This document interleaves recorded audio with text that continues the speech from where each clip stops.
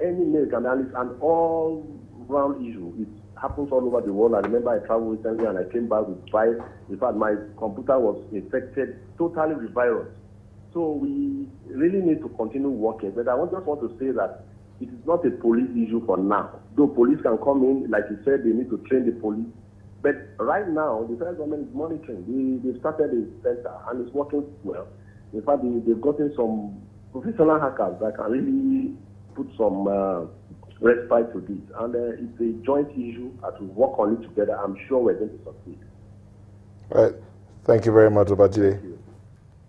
So, Aria, you were saying something? Yeah, I was talking about the fact that currently there's a cybercrime unit in the EFCC, which is supposed to be in charge of the policing, the punishing and all that of activities that are criminal that goes on in cyberspace. However, I would say that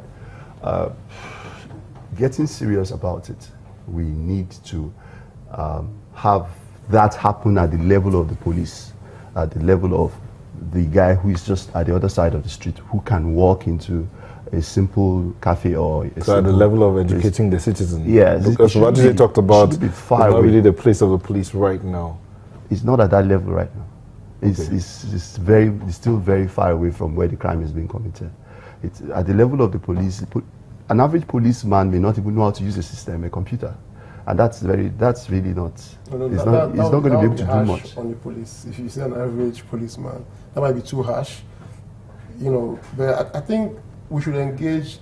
We have some of these people called the intrusion experts. Wajide called them hackers. So I don't want to believe our federal government should have hackers. Hackers is like, you know, it makes them a bit criminal. You know, those experts should be used. A bit criminal. But okay, but it's either criminal or it is not. You prefer the term intrusion experts? Yes. They just intrude on you. No, intrusion experts, when they are working positively for the government, they should be well defined. Okay. You know, so you don't just, you know, I think it's better to use what resources we already have.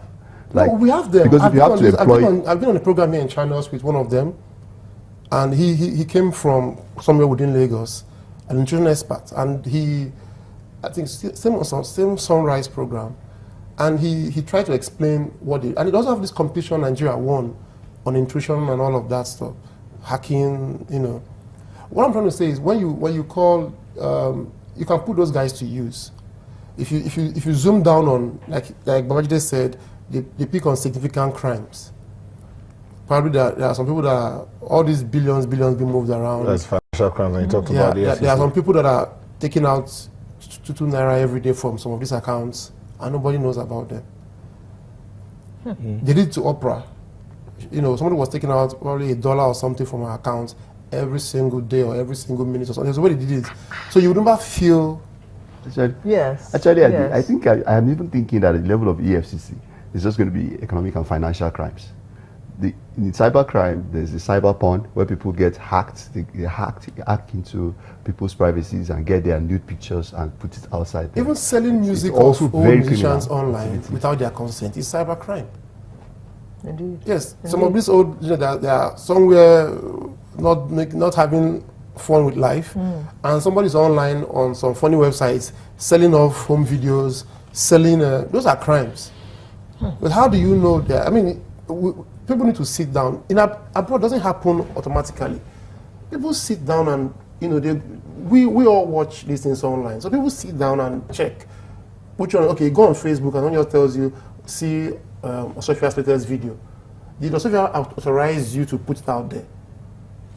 You get what I'm saying? They pick out these things, and it's a crime because that demands, you know, food or. I like the Facebook idea you mentioned because we can also learn from that as a country, in terms of ensuring we have a clean space. Facebook makes everybody a police. So I'm a police on Facebook. He's a police on Facebook. By that I mean, if you find something obscene, you find something provocative, there's an easy report. You just click and report it.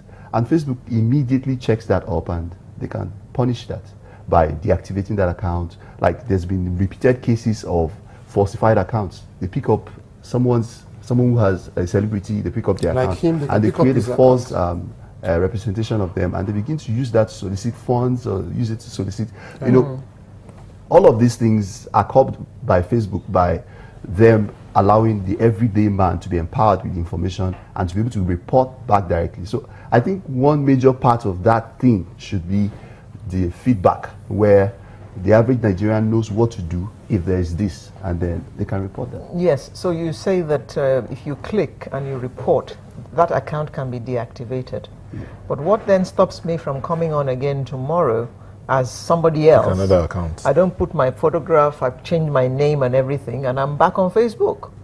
It actually happens, and that's one of the big issues with cybercrime. Cybercrime allows anonymity, and that's a big part of the problem. And that's why any system that will be serious about cybercrime must be dynamic, must be willing to move along with trends, because there are new trends every time. Facebook is allowing you now, you're scrolling down and you're watching videos. There's also there's Periscope. Periscope, I can stream videos live, real time, and people can watch me. So it's now everybody is streaming videos now, and there's nothing really saying this is what you can do or this is what you can't do until someone reports it. You're streaming videos, and those videos are not censored. Not censored. On Periscope, you can stream to air. If you download the app now, you connect. You can watch what's happening in California in someone's room on Periscope. So real time. Real time. And it's also recorded. That's the thing about it. So if they streamed it 12 hours ago, it's still be there. I can watch it later on. So and then I can like those videos, and then I can build followership. So if I'm following you on Periscope, it means that I'm able to watch your videos without having to go there. So it's just part of my archives. I can go there. And so when you're on live, it also notifies me with an alert that your favorite is on live. So, and whatever they're doing inside their room is what I'm watching. So it's now left to the moralness of whoever is streaming the videos to live. And some of these things, there's no device for censoring all that in Nigeria. The only device is, should I call it poverty? In the sense that if you cannot buy data, parents need to if you can't buy data, you can't enjoy. You can't watch it. Okay. But for the small data you have, for example, on Facebook, a few years back, it was very common to see custom officers' pictures selling cars, auction cars. Yes. You know, and I think it took a while for customs to really react. And if he gave us about 90 billion, I think a large chunk of that could have come from that zone. You know, but then it boils down to the victim. You're a greedy person. Mercedes-Benz car being sold for 5 million, you're selling it for 1 million naira, you want to go and get it.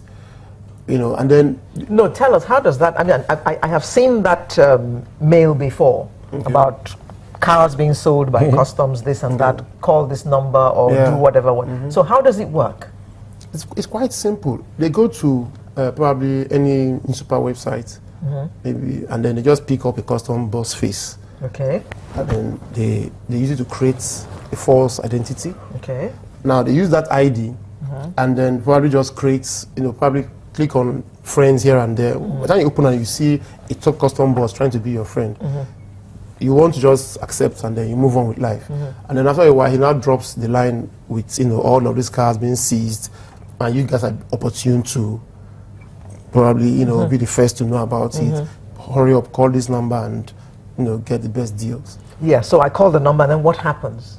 At what point do I hand over the money without seeing the car? I've never called them before, but it's very clear that if you call them, they will either lure you to an office. But if you're a bit smart, they might just end up asking you to pay for a particular fee that somebody will help you process some documents. It's a long process. These guys, like you said, it's they have a network. Probably once they get you, they pass you on to the next group of guys who will work on you. Are there Nigerians who are that stupid? We can pick up an application. Because I'm not going to give you any money until I've seen the goods I'm about to pay for. This is what happened to someone that I'm not giving you money until I see the goods. I had first-hand information to this. The car was advertised on OLX for 4.5 million. Yes. A RAV4, 2014, thereabout. Now, the guy had gone to check on OLX and found it there. There was a number attached to it. Now, the scammer picked the car's picture and put his own phone number on another page on OLX and put 2.8 million there. So the moment the person saw the car at 2.8, and then he called the number, the scammer called the other person who had the original car to take the car there for inspection. The car was in his lot, and he had inspected. He said, when they bring the car, someone is bringing the car now. He brought the car. He said, now you can transfer the money so that you can hand over the key. Then he transferred the money at that point. So the car was in his compound, but it was someone else who brought the car to his compound. The original owner was expecting to discuss price.